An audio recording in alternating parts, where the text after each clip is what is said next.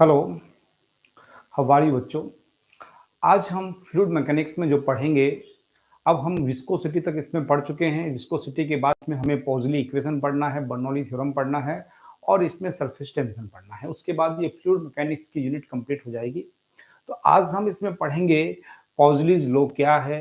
ये टॉपिक जो है बच्चों को थोड़ा मुश्किल लगता है। इसका कंसेप्ट के बारे में बच्चों को समझ में नहीं आता, आखिर ये क्या है, क्यों इसको यूज़ कर रहे हैं, कैसे यूज़ कर रहे हैं। तो यहाँ पर 2 बातें समझने वाली है बच्चों। एक तो आप पढ़ते हैं बर्नौली थ्योरम और एक आप ये पढ़ते हैं पॉज़ली लॉ। इससे जो इक्वेशन बनती है उसको पॉज़ली इक्वेशन भी आप बोल सकते हैं। तो यहाँ पर क्या होता है, जब किसी पाइप के अंदर वाटर फ्लो करता है, अगर वो वाटर आइडियल लिक्विड है, आइडियल लिक्विड का मतलब होता है नॉन विस्कस लिक्विड। तो उस केस में उसका rate of flow of water अगर आपको निकालना हो कि किसी ट्यूब के अंदर से कितना वॉल्यूम पर सेकंड फ्लो करेगा, तो आप तब यूज करते हैं किसका? बर्नौली थ्योरम का। कब? अगर जो लिक्विड है वो कैसा? आइडियल है। आइडियल लिक्विड कैसा होता है? जो नॉन विस्कस होता है, नॉन कंप्रेसिबल होता है। लेकिन जो लिक्विड होता है मेनली, वो आइडियल ना होकर के कैसा होता है? विस्कस होता है। लिक्विड के पास में विस्कोसिटी की प्रॉपर्टी होती है। जब लिक्विड फ्लो करता है तो लिक्विड्स लेयर के बीच में एक अपोजिंग फोर्स काम करता है, उसी को विस्कोसिटी आप बोलते हैं। तो नॉर्मल लिक्विड अगर किसी ट्यूब से फॉलो करे, हाँ, तो उस केस में आप rate of flow of water, इसका मतलब कितना वॉल्यूम पर सेकंड इस ट्यूब से वाटर फ्लो करेगा, वो फाइंड करना हो तो उसके लिए नॉर्मल वाटर के लिए, नॉर्मल लिक्विड के लिए, जो विस्कस लिक्विड है उसके लिए जो थ्योरम यूज होती है, जो लॉज यूज होता है, उसको बोलते हैं आप पाउजलीज लॉ। तो पाउजलीज लॉ क्या है, इसको समझने के लिए बहुत आसान तरीके से मैं आपको इसको समझाऊंगा। हालांकि ये बच्चों को थोड़ा मुश्किल लगता है, फॉर्मूला कभी याद ही नहीं हो पाता इसका, और इसका कब एप्लीकेशन करना है, कब यूज करना है, कैसे यूज करना है, ये बच्चों को समझ में नहीं आता। इसको बिल्कुल जो सबसे आसान तरीका है बच्चों, उसको उससे सिखाने की मैं आपको कोशिश करता हूँ। तो सबसे पहले यहाँ पर एक मैं ट्यूब बनाता हूँ। यहाँ देखिए ट्यूब मैंने बनाई है और इस ट्यूब में क्या है, ये यूनिफॉर्म क्रॉस सेक्शन की एक मैंने ट्यूब बनाई है। इस ट्यूब की लंबाई मान लीजिए कितना? स्मॉल एल है। ये ट्यूब की लंबाई गिवन है और इसकी जो रेडियस है यहाँ पर, इसकी रेडियस भी आपको गिवन है और इसकी रेडियस मान लीजिए कितनी है? ये स्मॉल आर इसकी रेडियस है और इसके अंदर से इस तरह से यहाँ पर वाटर फ्लो कर रहा है।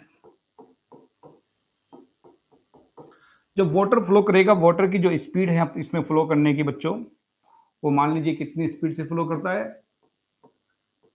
वो मान लीजिए v वेलोसिटी से इसमें वाटर फ्लो करता है। तो कितना वॉल्यूम वाटर इससे बाहर निकलता है यहाँ पर सेकंड, वो आपको फाइंड करना होता है। तो उसको सीखने का सबसे आसान तरीका क्या है? जैसे करंट इलेक्ट्रिसिटी आप पढ़ते हैं, करंट इलेक्ट्रिसिटी में क्या है बच्चों, वही कंसेप्ट आप यहाँ पर यूज करेंगे बिल्कुल। मान लीजिए यहाँ पर एक ये रेसिस्टर गिवन है यहाँ पर R, और जब इसमें आई करंट फ्लो करती है, आई करंट तब कब फ्लो करती है बच्चों? जब रेसिस्टर के अक्रॉस क्या होगा? पोटेंशियल डिफरेंस होता है, तब यहाँ पर करंट फ्लो करती है। अगर पोटेंशियल डिफरेंस जीरो है तो आई का मैग्नीट्यूड जीरो होता है। तो इस आई को अगर आपको निकालना हो तो इसके दोनों एंड के अक्रॉस जो पोटेंशियल डिफरेंस होगा वो मान लीजिए कितना? V1 minus V2 upon R। और V1 माइनस V2 को आप क्या लिखते हैं बच्चों? V अपॉन R भी लिखते हैं। I equal to V upon R। ये लगभग सारे के सारे बच्चों को फॉर्मूला मालूम होता है, जिसको आप ओम्स लॉ भी बोलते हैं। I equal to V upon R। तो यही कंसेप्ट आपको यहाँ पर भी लगाना है। इसी तरीके से इसमें आपको समझना है कि यहाँ पर वाटर का फ्लो कब होता है बच्चों। किसी भी ट्यूब के अंदर वाटर का फ्लो कब होता है ये आपको पता होना चाहिए। कैसे पता लगेगा ये आपको? जैसे करंट तब फ्लो होती है जब दोनों एंड के बीच में पोटेंशियल डिफरेंस होगा। इस एंड का पोटेंशियल V1 है, इसका पोटेंशियल V2 है, दोनों का डिफरेंस होगा। वो डिफरेंस, पोटेंशियल डिफरेंस को आपने रेसिस्टेंस, इलेक्ट्रिक रेसिस्टेंस से डिवाइड करते हैं तो करंट आती है। तो यहाँ पर क्या होता है, अगर इस एंड का प्रेशर मान लो P1 है, यहाँ पोटेंशियल की जगह यूज करते हैं टर्म कौन सी? प्रेशर। और इस एंड का प्रेशर क्या है? P2 है। अगर दोनों एंड का प्रेशर आपस में बराबर हो, P1 बराबर P2 के हो, उस केस में इस ट्यूब के अंदर वाटर फ्लो नहीं करेगा। लेकिन अगर P1 ज्यादा है, P2 कम है, तो वाटर P1 से P2 की तरफ जाएगा, और यदि P2 ज्यादा हो, P1 प्रेशर कम हो, तो वाटर जो है P2 से P1 की तरफ आएगा।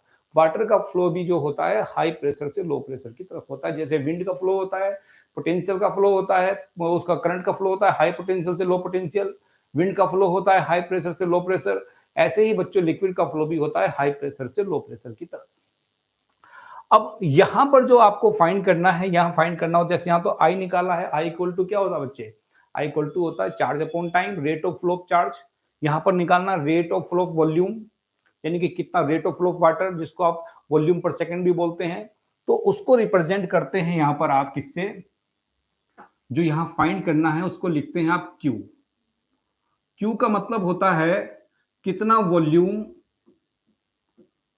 पर सेकंड यहां पर फ्लो कर रहा है, यानी कि वॉल्यूम अपॉन टाइम को आप यहां पर क्यू बोलेंगे। इसका नाम होता है rate of flow of water. तो ये कैसे निकालेंगे, ये निकाला जाएगा क्यू किससे, जैसे वहां पर आई निकाला है आपने v अपॉन आर से, या P1 minus V1 minus V2 upon are से, यहां पर लिखेंगे आप पोटेंशियल डिफरेंस जो होगा दोनों एंड के बीच का, अपॉन यहां पर जो लिखेंगे रेसिस्टेंस, विस्कस रेसिस्टेंस इसका नाम बोल सकते हैं आर। जैसे आर यहां पर क्या है, इलेक्ट्रिक रेसिस्टेंस है, यहां पर इस आर को बोल सकते हैं आप विस्कस रेसिस्टेंस, क्योंकि जब ये लिक्विड फ्लो करेगा इसके पास में विस्कोसिटी भी है, इसकी लेयर के बीच में एक अपोजिंग फोर्स काम करता है, जिसको आप क्या बोलते हैं, विस्कस रेसिस्टेंस कहते हैं। तो P1 minus P2 by are, P1 minus P2 को आप P भी लिख सकते हो, दोनों का डिफरेंस मान लीजिए P है, तो P अपॉन आर।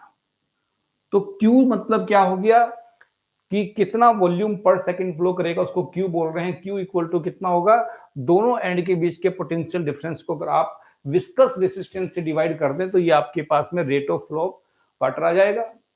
और यहां पर ये सवाल ये है कि R कैसे निकालते हैं। तो जैसे यहां पर आप निकालते हैं किसको बच्चों, रेसिस्टेंस, यहां पर इलेक्ट्रिक रेसिस्टेंस फाइंड किया जाता है कैसे, रेसिस्टिविटी लेंथ अपॉन एरिया से, रेसिस्टिविटी लेंथ अपॉन एरिया से फाइंड करते हैं। तो यहां पर भी ये जो रेसिस्टेंस है, विस्कस रेसिस्टेंस, इसी तरीके से यहां पर मान लीजिए कांस्टेंट, जैसे वहां रो है, यहां पर आप के मान सकते हैं, लेंथ अपॉन एरिया।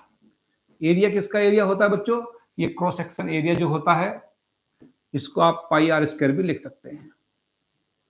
बस यहां पर एक छोटी सी बात आपको याद रखनी बच्चों, यहां जो ये के होता है, इस के की जो वैल्यू आप लिखते हैं यहां पर, वो एक कांस्टेंट होती है, कितना, 8 ईटा अपॉन आर स्क्वायर के बराबर। इसको डायमेंशनली भी करेक्ट करना होता है, into L upon pi R square. तो ये आपके पास में रेसिस्टेंस का फॉर्मूला बन जाएगा। इसमें आर स्क्वायर और आर स्क्वायर ये लिख सकते हैं एक साथ अगर लिखना चाहें, तो 8 eta L upon pi R की पावर 4, ये यहां पर एक तरह से विस्कस रेसिस्टेंस का फॉर्मूला हो जाता है। तो ये विस्कस रेसिस्टेंस का फॉर्मूला अगर हम ऊपर वाले इस फॉर्मूले में पुट कर दें, तो rate of flow of water अगर आपको फाइंड करना हो तो कैसे फाइंड करेंगे क्यू, तो ये P अपॉन आर है, आर के प्लेस पे ये वाली वैल्यू पुट करेंगे, 8 eta L upon pi R की पावर 4, वो ऊपर चला जाएगा। तो ये आपके पास में एक फॉर्मूला है। इस फॉर्मूले को, इस लॉज को ही आप क्या बोलते हैं बच्चों, इसी का नाम होता है पॉजली लॉ। ये अक्सर बच्चों को याद नहीं होता। क्यों नहीं याद होता, थोड़ा कॉम्प्लिकेटेड लगता है। बुक्स में भी इसका जो डेरिवेशन होता है वो अलग तरीके से दिया है, डायमेंशनल मेथड से दिया गया है, लेकिन इसका रियल मेथड, रियल तरीका करने का क्या है, ये तरीका है इसको याद करने का। इससे 2-3 बातें आपको समझ में आती है कि जब भी किसी ट्यूब में वाटर फ्लो करेगा, वाटर कब फ्लो करता है, जब किसी ट्यूब के अक्रॉस पोटेंशियल डिफरेंस होगा। ये कब लगाएंगे फॉर्मूला, जब वाटर कैसा होगा, विस्कस होगा, आइडियल नहीं होगा। आइडियल के केस में आप क्या करते हैं, बर्नौली थ्योरम यूज करते हैं। तो यहां पर ये मेन फॉर्मूला आपके पास निकल के आया है। अब आपके पास जो इससे रिलेटेड कंसेप्ट आते हैं, सवाल पूछे जाते हैं। अब आपको 2 ट्यूब देगा, 2 ट्यूब हो गए, दोनों की लेंथ मान लीजिए अलग है, उनकी रेडियस अलग है, उनको आपस में सीरीज में जोड़ देगा, उनको आपस में पैरेलल में जोड़ देगा, उस केस में आपसे पूछेगा बताइए rate of flow of water कितना होगा। उस केस में rate of flow of water यानी कि कितना वॉल्यूम पर सेकंड उस ट्यूब से फ्लो होगा, उसको निकालने के लिए आपसे पूछा जाता है। आइए उसको भी सीख लेते हैं। हम जानते हैं कि जब इनको सीरीज में जोड़ें अगर ट्यूब को, तो उस केस में हम क्यू को कैसे फाइंड करते हैं। तो सीरीज की बात करते हैं। Series combination of tube, series combination किसका कॉम्बिनेशन, ट्यूब्स का। दो ट्यूब आपके पास में होगी, उनको आपको सीरीज में जोड़ना है। जैसे रेसिस्टर्स को आप सीरीज में जोड़ते हैं, पैरेलल में जोड़ते हैं, ऐसे अब रेसिस्टर की जगह आपको क्या करना है, अब आपको ट्यूब को ऐड करना है। वहां पर भी टोटल करंट फाइंड करते थे, यहां पर आप जो टोटल करंट का मतलब rate of flow of charge होता है, तो यहाँ पर rate of flow of water आपको निकालना है, कितना वॉल्यूम वाटर फ्लो करता है। आइए इसको समझते हैं, डायग्राम कैसा इसमें बनते हैं देखते हैं। इसके लिए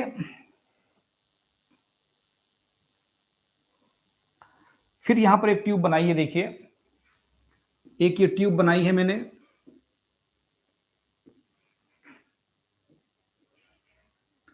इस ट्यूब की जो लंबाई है वो तो मान लीजिए L1 है, और इसकी रेडियस कितनी है, रेडियस है इसकी R1। इसके साथ आपने एक दूसरी ट्यूब को जोड़ा है, इसकी रेडियस है R2 और लंबाई है इसकी L2। इस तरह से यहां से जोड़ रखा है, ये इतना पार्ट इसका ओपन है। तो इसमें से जब वाटर फ्लो करने लगेगा, वो वाटर जब फ्लो करता है, तो जब इसमें वाटर फ्लो करेगा, ये इसमें वाटर फ्लो कर रहा है, तो कितना वॉल्यूम वाटर इससे पास होगा पर सेकंड, ये आपसे पूछा जाएगा। इस केस में कैसे सोल्व करते हैं आप, ये बिल्कुल उसी तरह का कंसेप्ट है। जैसे मान लीजिए एक ये रेसिस्टर है, एक ये दूसरा रेसिस्टर है, यहां पर दो ट्यूब है, एक की लंबाई L1, एक की L2, एक की रेडियस R1, एक की रेडियस R2। ऐसे यहां पर एक रेसिस्टर R1 है, एक रेसिस्टर क्या है, R2 है। तो इसमें क्या होता है बच्चों, दोनों में इसमें करंट सेम रहती है। जो करंट इस रेसिस्टर में होती है वही करंट इस रेसिस्टर में होती है। इसका वोल्टेज V1 होता है, इसका वोल्टेज V2 होता है।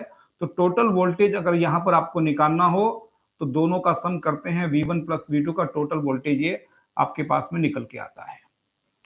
तो दोनों में करंट सेम होती है, दोनों का वोल्टेज क्या होता है बच्चों, अलग अलग होता है।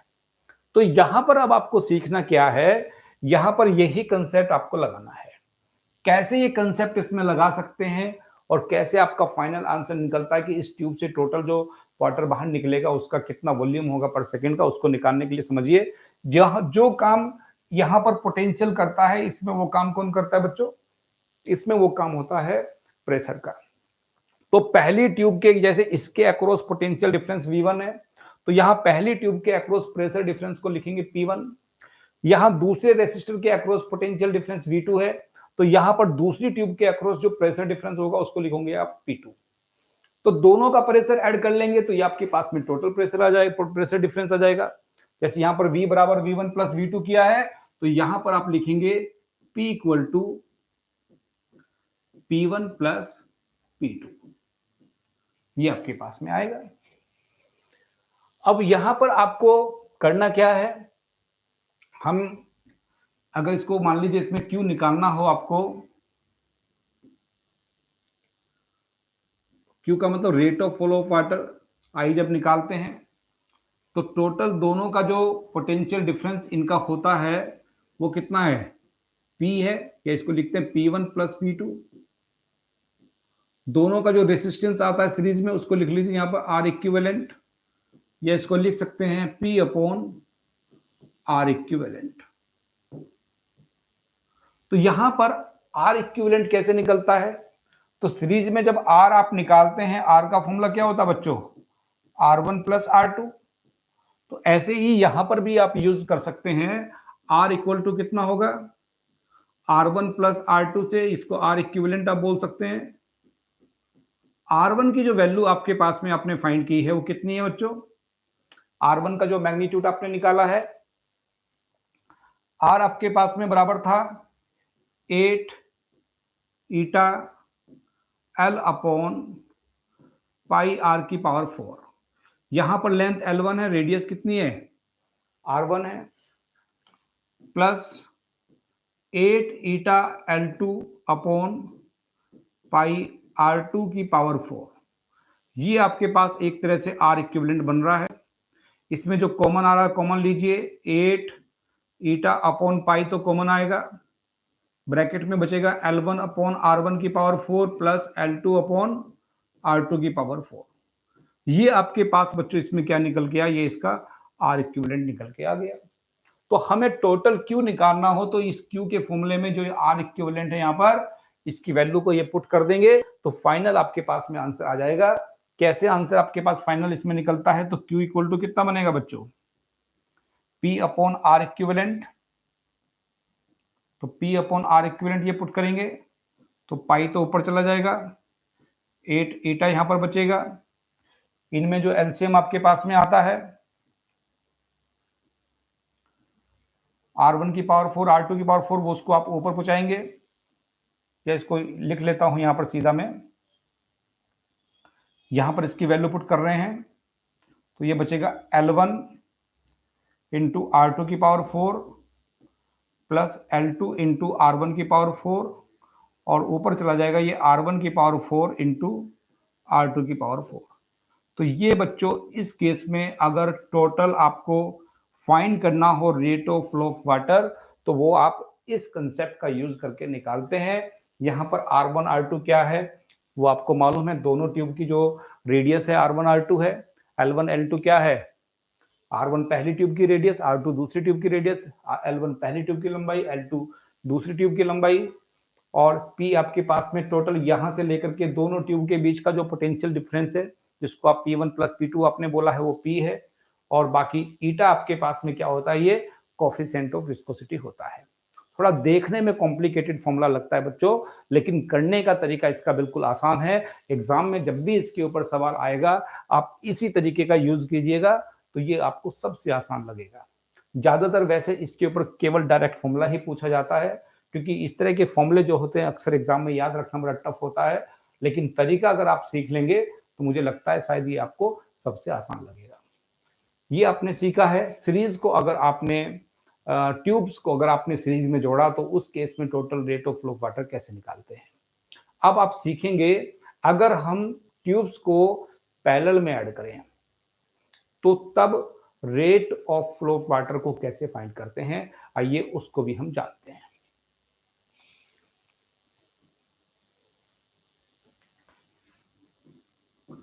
Parallel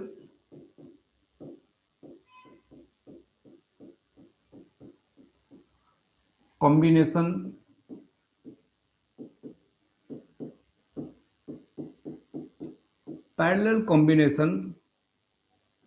of tubes।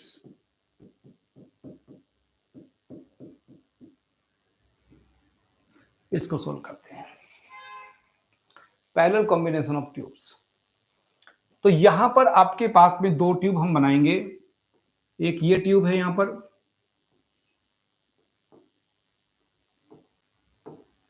इसकी रेडियस R1 मान लीजिएगा, एक दूसरी ट्यूब और है, इसको आप येलो कलर से बना लेते हैं हम,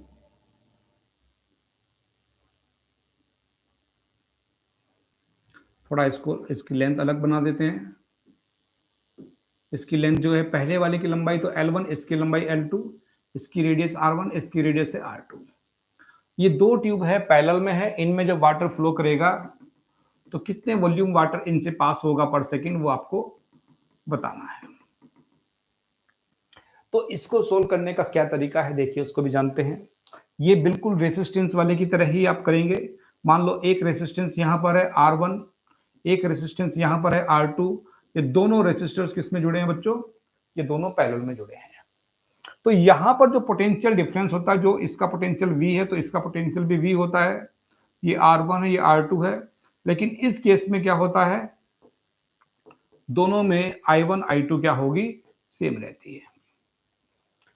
तो यहां पर पोटेंशियल डिफरेंस दोनों का आपस में क्या होगा, यहां पर प्रेशर डिफरेंस होगा ट्यूब के अंदर, तो वहां प्रेशर डिफरेंस जो होगा पैरेलल कॉम्बिनेशन में सेम रहता है।